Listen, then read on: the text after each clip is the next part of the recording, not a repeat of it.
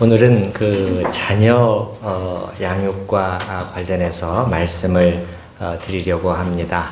사실 오늘 이 자리에 지금 한창 성장기에 있는 자녀들을 키우고 계신 성도님들이 이렇게 많지는 않지만, 그러나 또 그렇지 않다고 할지라도 다 키우신 분들에게도 하나님께서 또 손자, 손녀들을 또 주고 계시죠.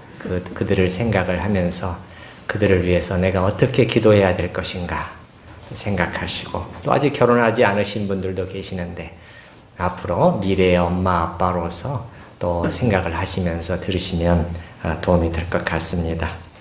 부모들이 보통 자주 하는 말 가운데 내 자식 남부럽지 않게 참 키우고 싶다, 이제 그런 말들을 하지요.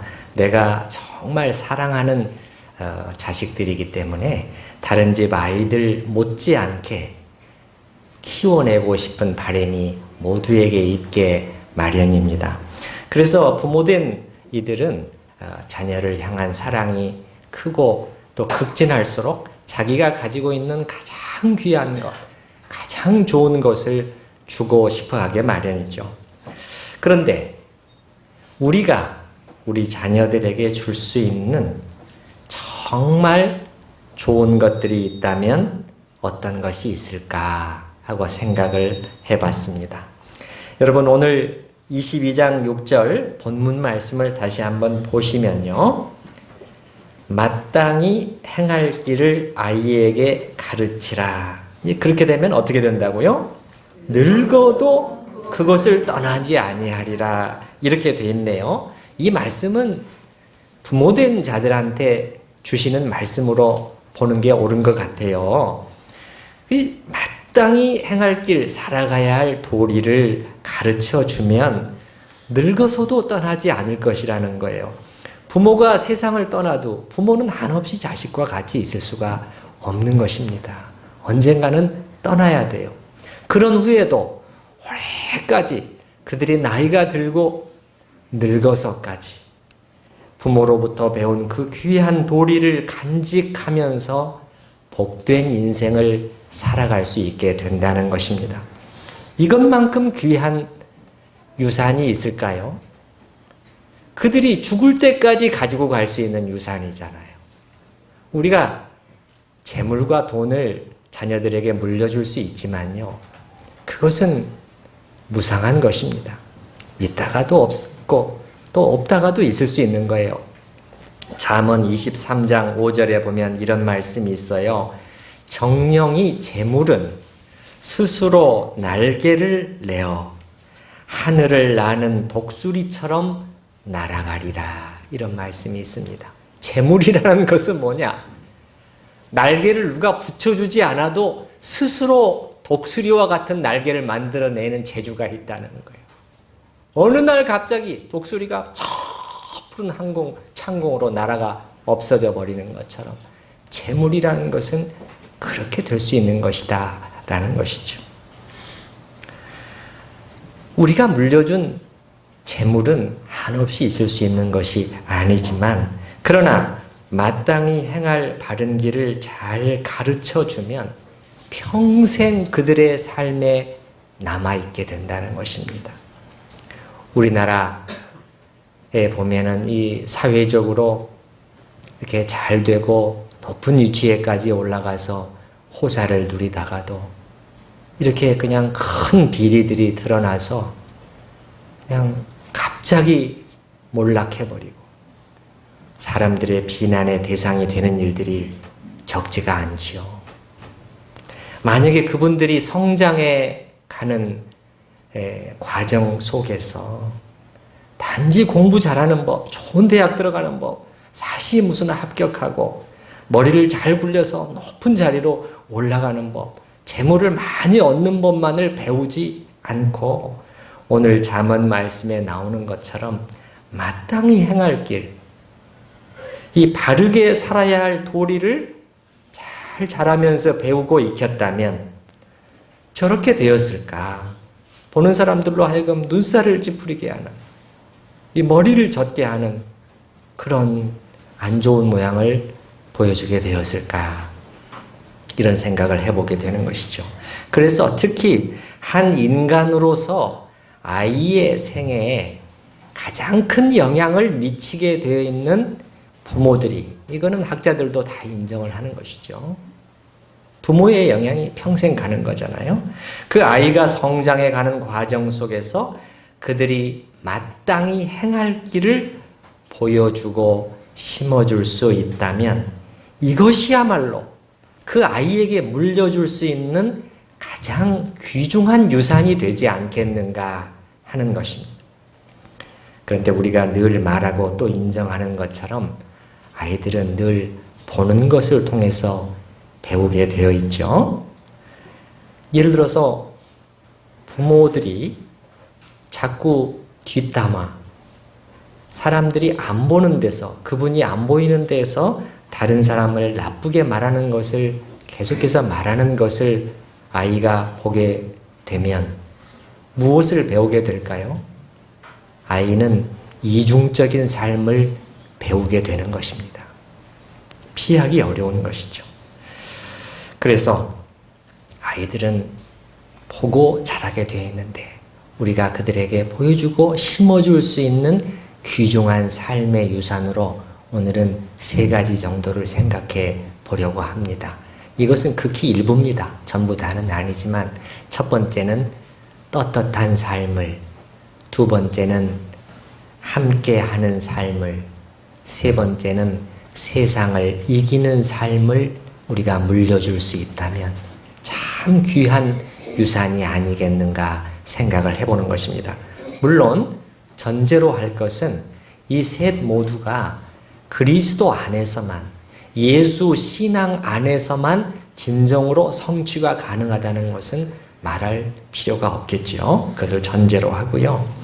첫 번째는 떳떳한 삶입니다. 이것은 뭐냐? 어떻게 무엇을 물려준다는 것이냐?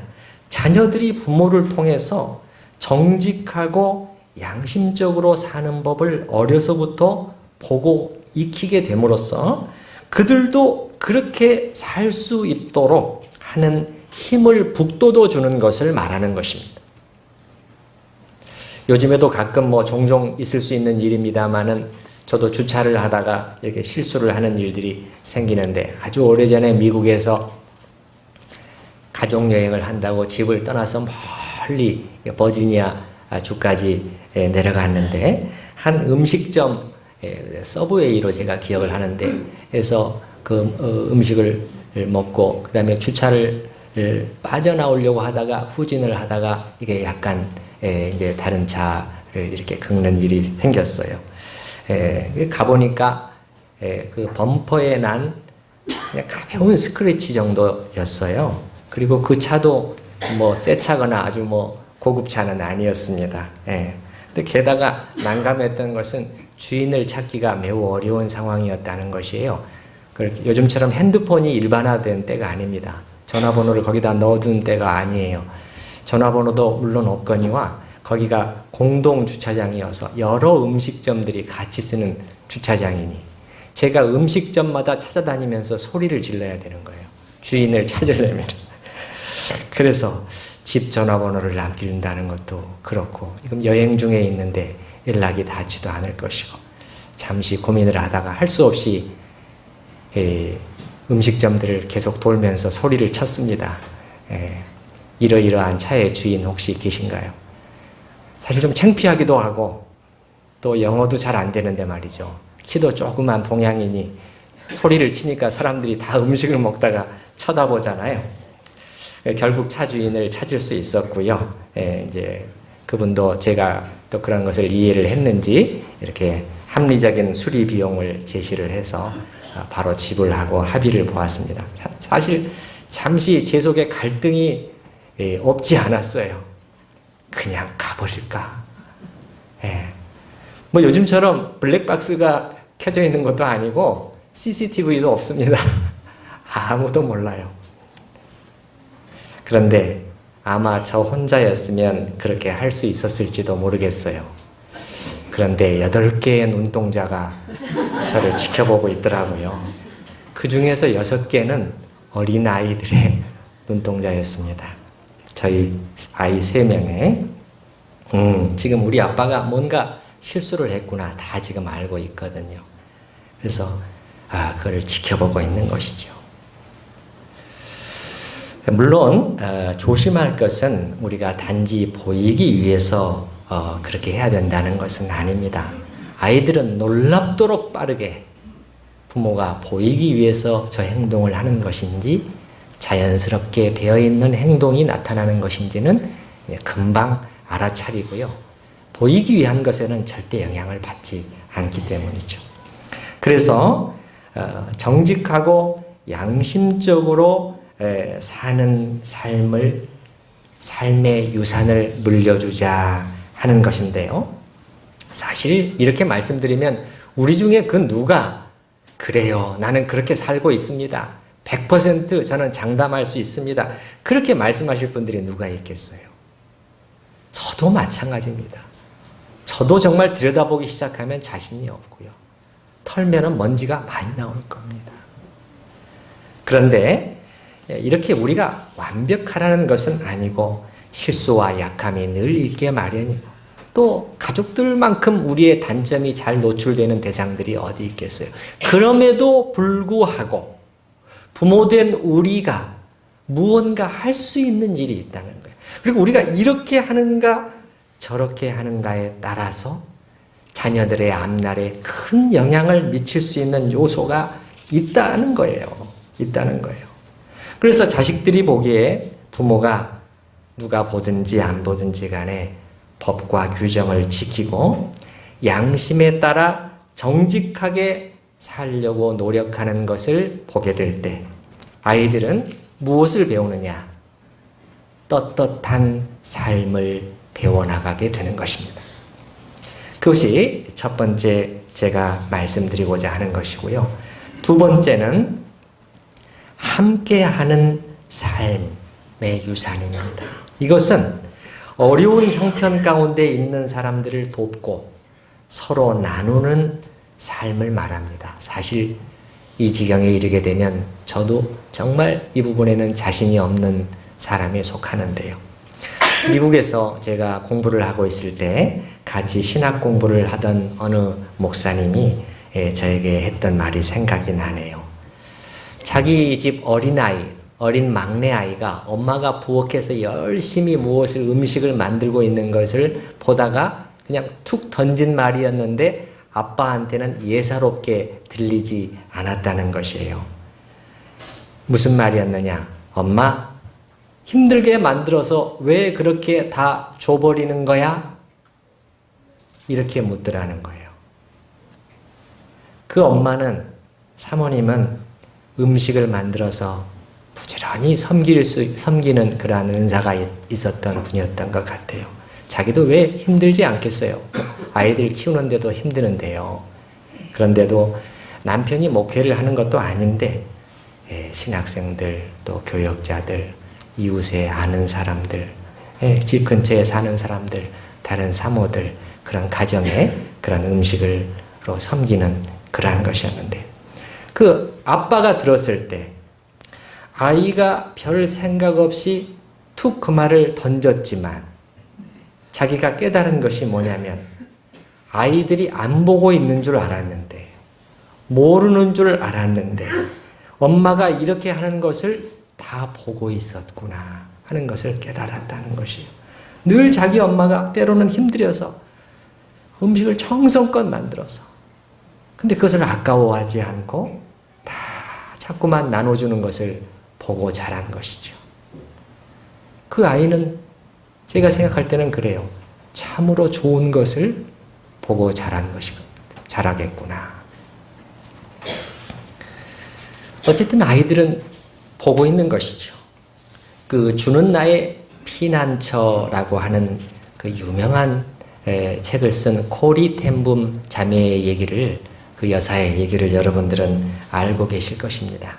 그 나치 독일 하에서 네덜란드도 나치의 점령하에 들어갔고 유대인들을 다 지금 소탕하고 있는데 그 가정이, 그 부모님과 그 가정이 유대인들을 숨겨주다가 결국은 발각이 돼서 다 잡혀갔어요. 모두가 다.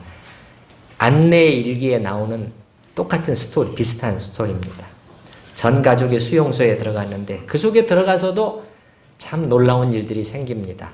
그 언니 베시와 함께 그 몰래 숨겨가지고 들어간 성경책으로 그 여인들에게, 여자 이제 수감인들에게 하나님의 말씀을 읽어주는 그러한 역사들이 일어나는데, 안타까운 것은 연로했던 그 부친과 또 병약했던 언니 베시는 수용소에서의 삶을 견디지 못하고 거기서 세상을 떠나게 됩니다. 그러나 이 코리 자매는 전쟁이 끝난 후에 기적적으로 추록이 되어서 나와서 네덜란드와 독일에서 하나님의 큰 쓰임을 받게 됩니다. 전쟁 후에 사람들의 마음이 상처받을 대로 상처받고 미움과 분노와 좌절감이 모든 사람들 앞에 가득할 때 하나님의 말씀을 들고 용서와 사랑의 이 치유의 사역을 감당했던 자매예요. 그 영화로도 만들어졌잖아요. 이 가족들의 이야기가. 그리고 그들이 살았던 그 화란의 그 집이 박물관으로 보존을 하기에 이르렀다고 그래요. 저는 주는 나의 피난처라는 이 책을 통해서 이 가족들의 삶을 쭉 보면서요, 이 부모와 일남 삼녀의 생활상들을 쭉 보면서 코리의 이 가치관이 바로 이 가정 안에서 형성되었다는 것을 금방 알아차릴 수가 있었어요. 참, 돈이 많지 않아도 이렇게 잘 살 수 있구나. 이렇게 잘 살 수 있구나. 그런 생각이 드는 거예요. 어린 코리는 시계수리공 아빠의 경건이 삶으로 구현되는 것을 보고 자랐습니다. 이론이 아니라 그의 신앙이 삶으로 고스란히 배어 나오는 것을 보면서 자란 것이죠. 그러니까 그 아이에게는 신앙이 더 이상 허구가 아닌 것이죠. 명백한 실제가 되는 것입니다. 작은 일에서도 아빠는 시계 수리공이었는데 수십 년간 시계를 만졌지만은 어떤 때는 도저히 어떻게 고쳐낼 수가 없는 다 막막한 상황 속에서 당혹감에 빠져 있을 때 그런 경우들이 생긴다는 거예요. 여기 제가 읽어드릴게요. 그럴 때면 아버지는 이렇게 기도하곤 하셨다. 주님은 은하계의 바퀴를 운행하시는 분입니다. 무엇이 행성들을 회전시키는지, 또한 무엇이 이 시계를 돌아가게 하시는지도 주님은 아십니다. 저는 이 부분이 참 인상적이더라고요. 그래, 시계를 고칠 수 없을 때도 우리는 기도할 수 있지. 주님은 모든 것을 아시는 분이잖아. 그러면 많은 경우 주님께서 고칠 수 있는 길을 열어주셨다는 거예요.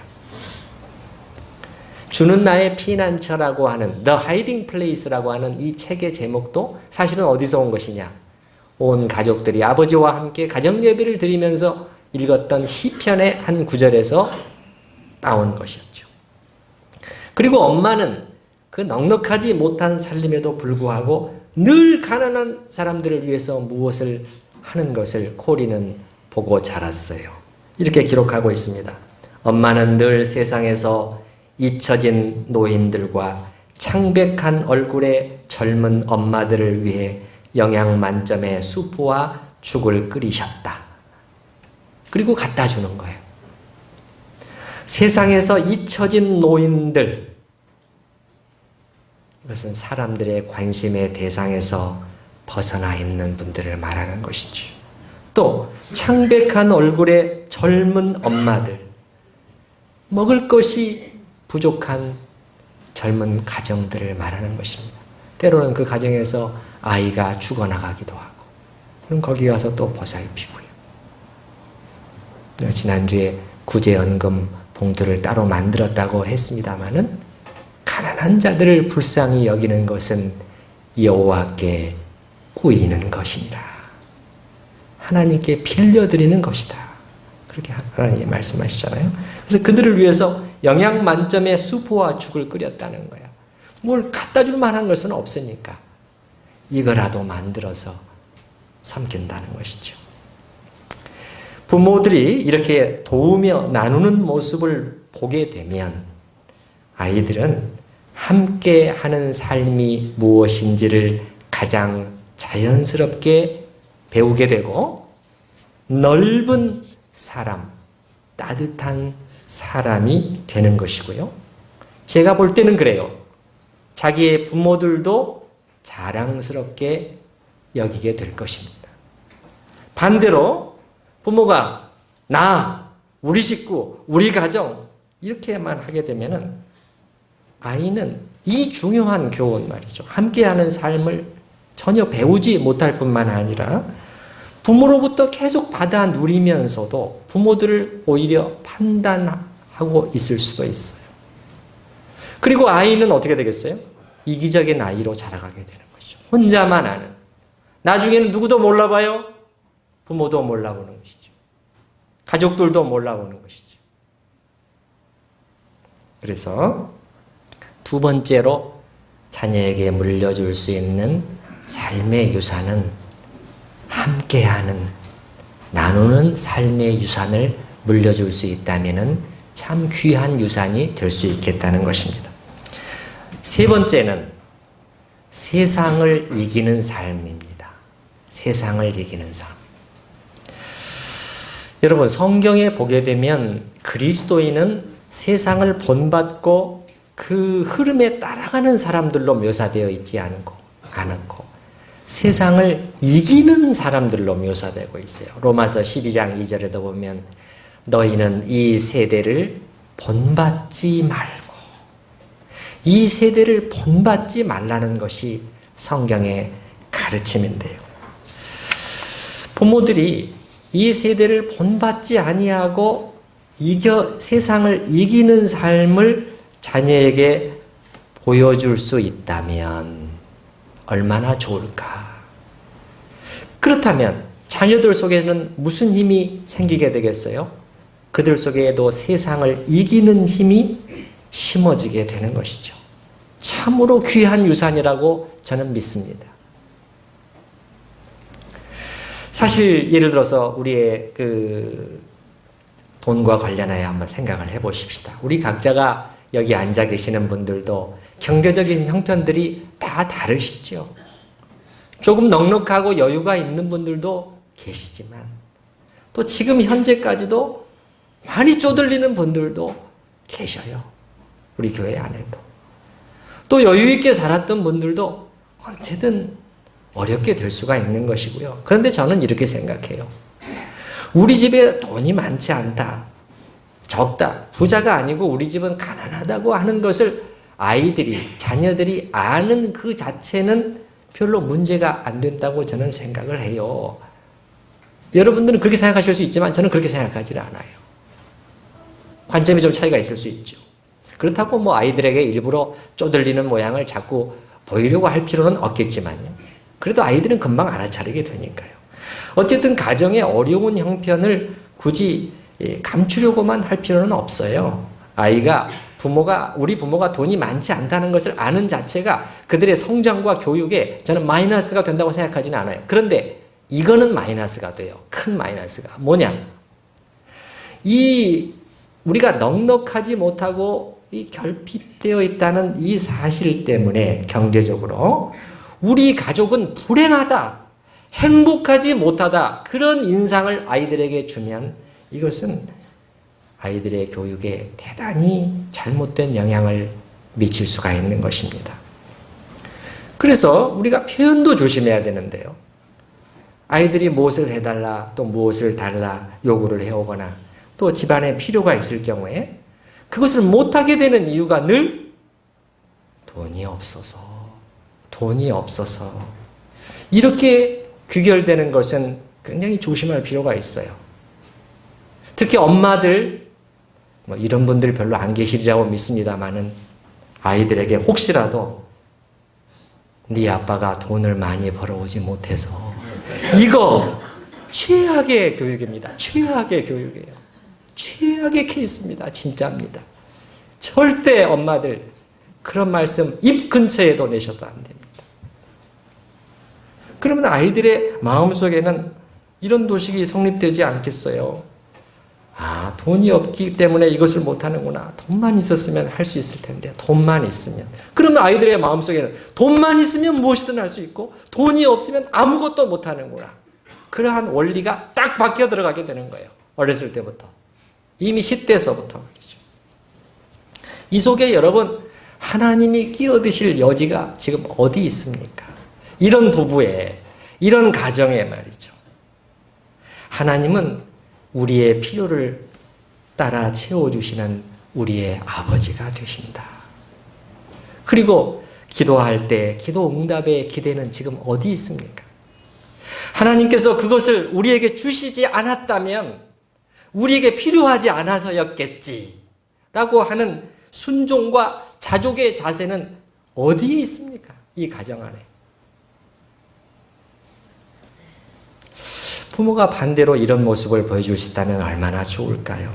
가난하고 가진 것이 적다고 할지라도 그것이 불편할지언정 불행한 것은 아니라는, 여러분 불편과 불행은 다른 거예요. 사단이 여기서 우리를 속이는 거죠. 돈이 없어 불편하면 불행한 것이다 이렇게 끌고 가버려요. 거기서 속으면 안 되는 것이죠. 불편할지언정 불행한 것은 아니라는 것을 삶으로 보여줄 수 있다면, 그래서 부모가 분명히 쪼들리고 있는데도 식탁에서 기도할 때, 온 가족이 같이 기도할 때 하나님 아버지 우리에게 많은 것들을 공급해 주심을 감사합니다. 이렇게 기도하고 또 감사하고 또 웃는 것을 보게 될 때 아이들은 돈을 이겨낼 수 있는 위대한 힘을 축적하게 되는 거예요. 이게 보통 힘이 아닙니다, 여러분. 다른 어떤 힘보다도 더 큰 것이라고 저는 생각해요. 오늘날과 같은 이 세상에서 말이죠. 이 자본주의 세상 속에서 돈을 이겨낼 수 있는 힘을 길러줄 수 있는 것보다 더 큰 힘이 어디 있겠어요. 우리 집에 돈이 부족한 것을 아이가 분명히 아는데도 부모가 그것을 견뎌내는 것을 감사하며 견뎌내면서 하나님의 공급하심을 인내로 기다리는 것을 보게 되면은요, 돈의 위력이 엄청난 이 세계 속에서도 돈이 전부가 아니구나, 행복의 조건이 이게 돈만이 아니구나 하는 것을 체득하게 되는 거예요. 체득하게. 보면서 말이죠. 보면서 봐야 돼요. 우리 주님께서 너희가 하나님과 재물을 겸하여 섬기지 못하느니라 그렇게 말씀하신 것을 알고 계시죠? 이 재물이라는 것은 헬라어로 맘몬입니다. 맘몬. 물론 돈이지만은 이 맘몬신은 돈신이에요. 돈신. 여러분, 지금도 그 말씀이 하나도 예외가 아니잖아요. 이 현대 사회는 남녀노소 할 것 없이 맘몬신을 섬기고 있는 사회예요. 모두가 다 그 앞에 다 굴복했어요. 다 굴복했어요. 제가 중국이란 나라도 가보니까 이 개혁 개방 후에 부자가 되고 나라는 GNP가 올라간다 하면서 좋아할지 모르지만 그 안을 들여다보면 국가적으로 그 후유증이 보통 심각한 게 아니에요. 특히 젊은이들이 돈 전부 그렇게 눈들이 돌아가고 있는 상황이니까요. 부모가 어려서부터 자식에게 이런 부분에 바른 가치관을 심어주지 못하면은요, 아이는요, 늘 돈에 지고 묶이게 돼요. 예, 그렇게 되면서 평생 물질에 매여서 종노릇하는 인생을 살게 될 가능성이 매우 높고요. 결혼해서도 불행해요. 결혼해서도 불행하다니까요. 남편이나 아내 둘 중에 한 사람이 그런 시각을 가지고 있다고 생각을 해보세요. 그럼 서로에 대한 불만이 가득한, 왜 더 많이 벌어다 주지 못하지? 그러면 어떻게 거기 그 가정에 평화가 있을 수 있겠으며 행복이 깃들 수가 있겠어요? 부모에게는 평생 짐이 되는 것이죠. 여러분, 우리 성경 말씀 한 구절을 좀 찾아봤으면 좋겠는데요. 요한일서, 신약성경 요한일서 5장을 한번 보십시다. 제 성경으로는 392페이지인데요. 392페이지.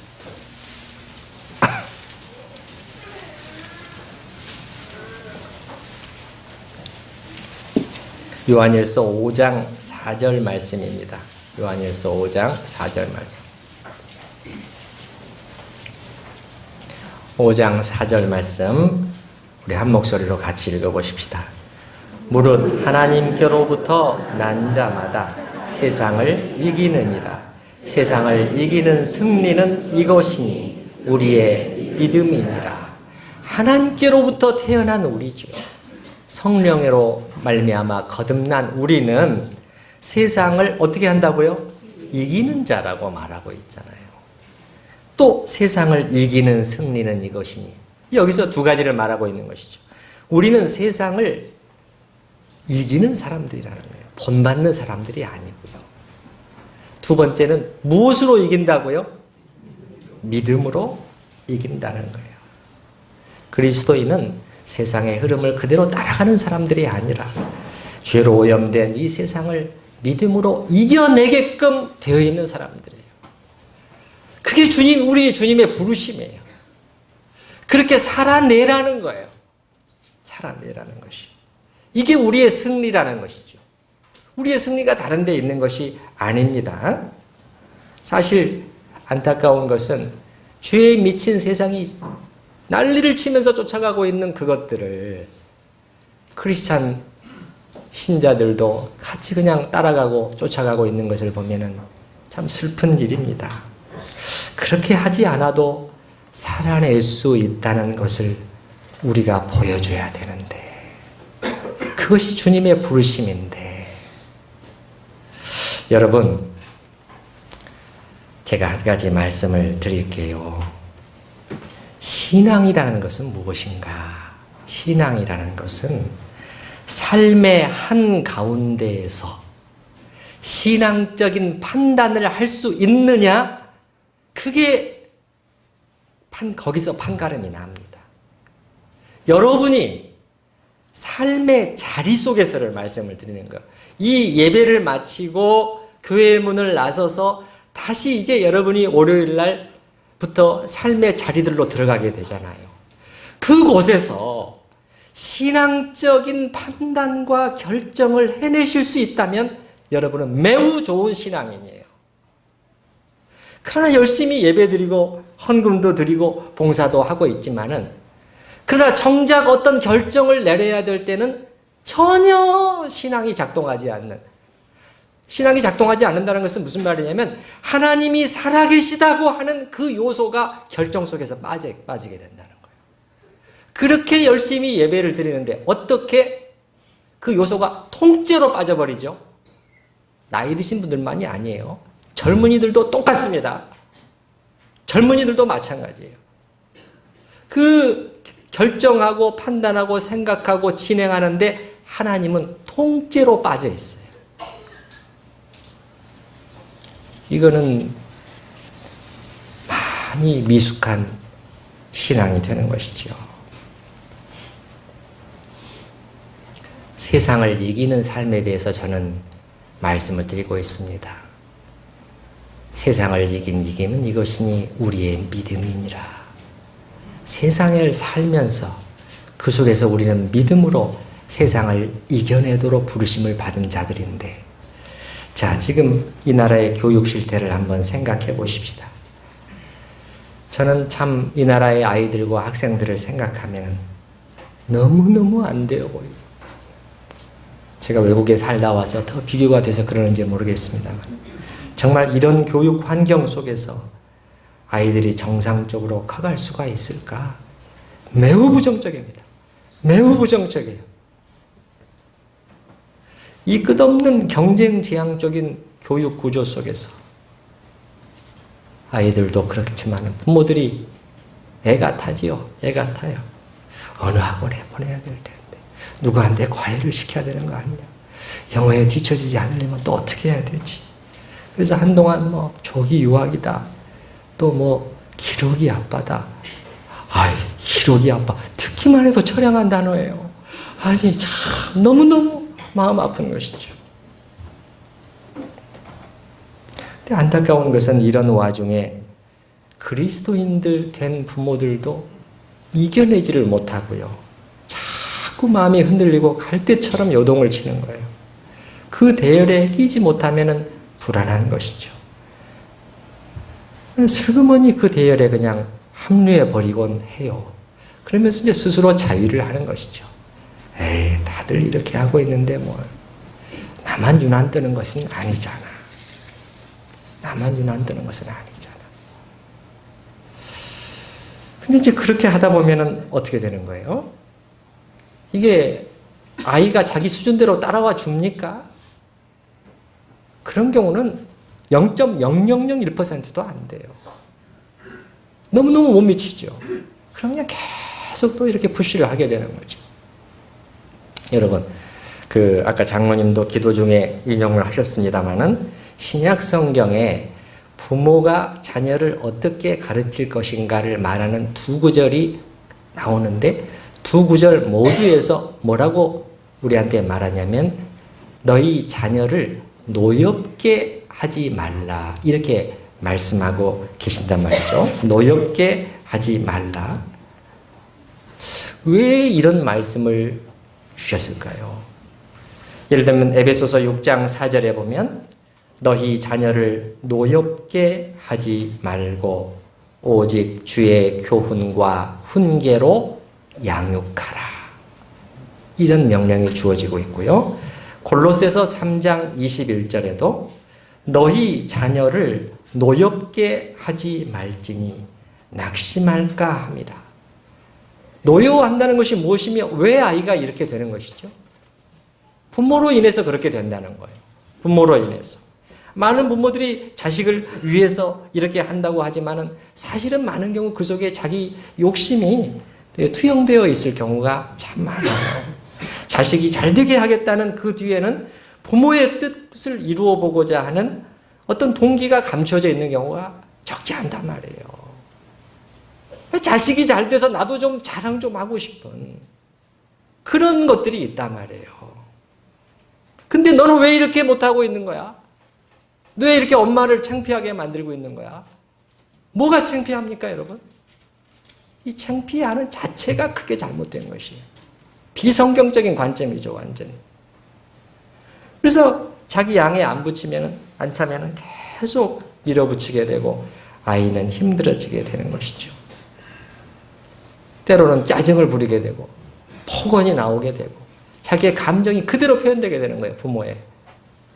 그러면 아이는 말은 하지 못하지만은 그 안에 그 상처를 고스란히 안게 돼요. 그리고 온갖 쓴뿌리와 분노가 생겨나게 되는 것이죠. 표현할 수 없는 분노죠. 사랑하는 부모님인데 자기의 정서에는 너무나 부딪히고 있으니까 이게 좌절과 분노로 이어지는 것이죠. 앵거가 나오는 거예요. 앵거. 너희 자녀를 노엽게 하지 말라는 것입니다. 정말 그렇게 되면 어떻게 되는 겁니까? 결과적으로. 주의 교훈과 훈계로 양육하는 것은 어디로 가버리고 부모 자식 간의 관계는 점점 벌어지고 하는 것이죠. 사랑으로 시작했지만 잘못된 결과로 이어지는 경우가 허다한 것이죠. 문제는 무엇이냐면 다들 그렇게 하고 있는데 그거죠.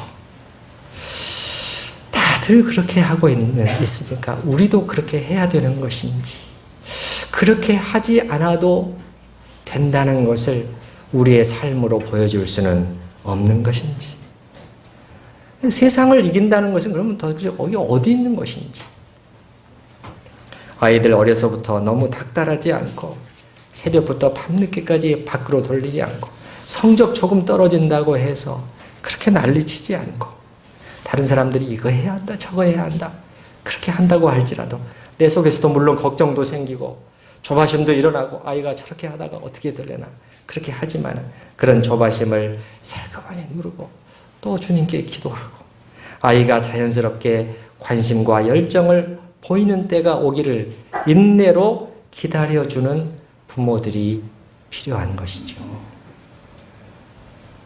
네. 이렇게 하면 주님의 때가 있다니까요. 주님의 때가 있어요. 우리 못 기다리잖아요. 못 기다려. 왜 못 기다리죠?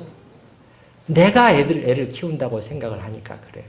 여러분, 사실 우리가 애들을 키웁니까? 사실은 주님이 키우고 계시는 것이에요. 주님이 키우고 계십니다. 여러분 믿으시나요? 네. 그렇다면 조금 여유가 있었으면 좋겠어요. 내려놓는 자세도 필요하고요. A가 안 되면 B면 어떠냐?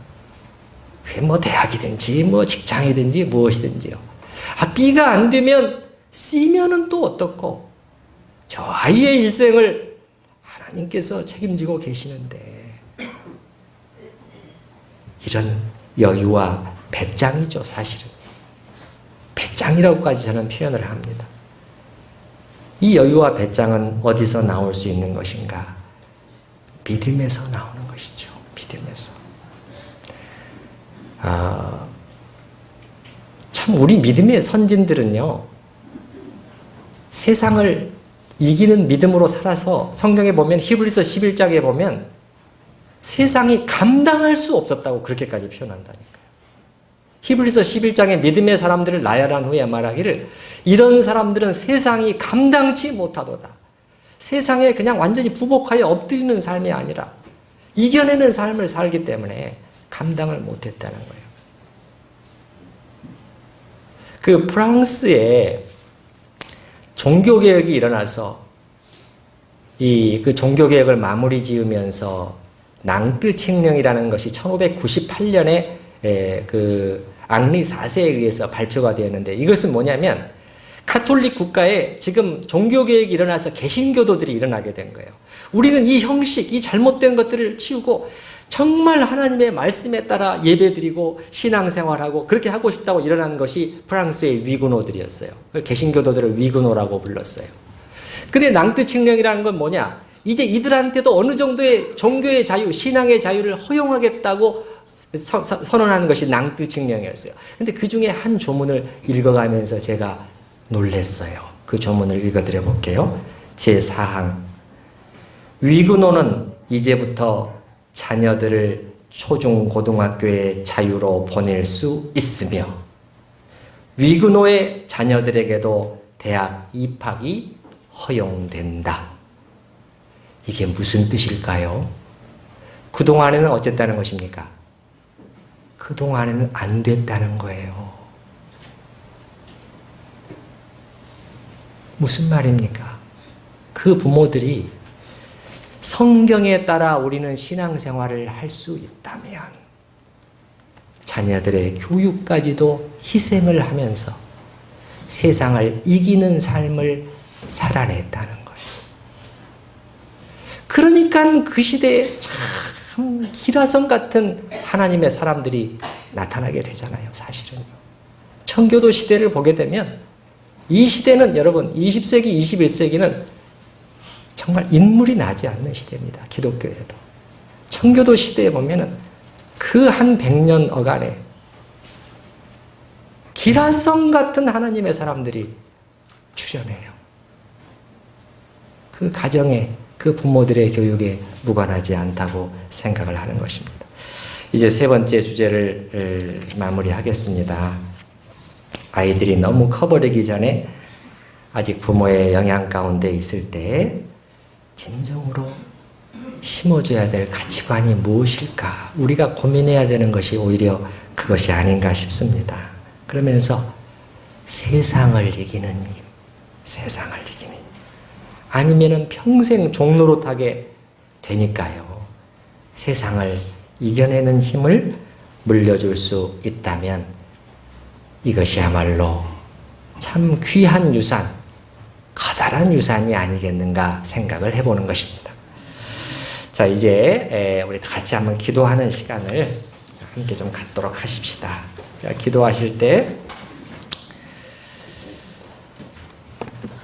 마땅히 행할 길을 아이에게 가르치라. 그리하면 늙어서도 그것을 떠나지 아니하리라. 우리가 아이들에게 정말 귀한 것을 물려줄 수 있다면 무엇일까? 예, 금과 은이 내게 없어도 정말 훌륭한 것을 그들의 평생에 가지고 갈 수 있는 그것을 우리가 물려줄 수 있다고 하나님의 말씀은 우리에게 격려하고 계십니다. 그래서 오늘은 그 중에서 세 가지를 생각을 해봤는데, 떳떳한 삶, 함께하는 삶, 세상을 이기는 삶, 이런 것들을 생각을 하면서 하나님 앞에 우리 자신과 우리 자녀들과 또 우리 손자 손녀들을 위해서 기도하는 시간을 같이 갖도록 하십시다.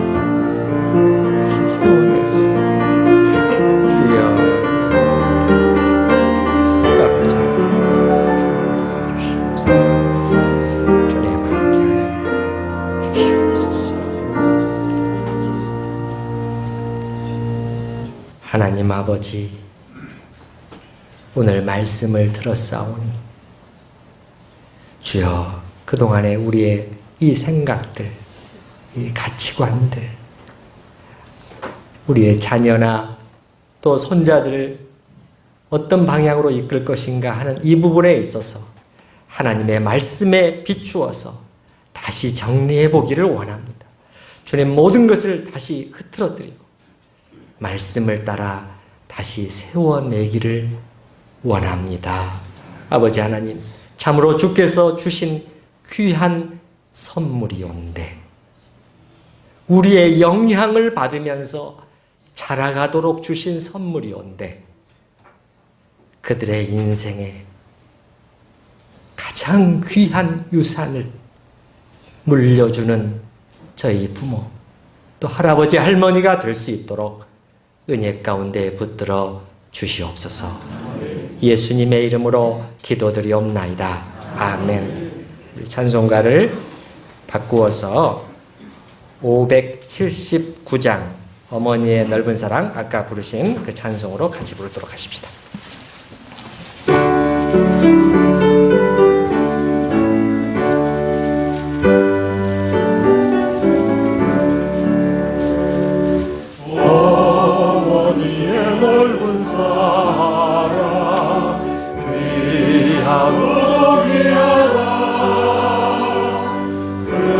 사랑이 언제든지 나를 감싸줍니다.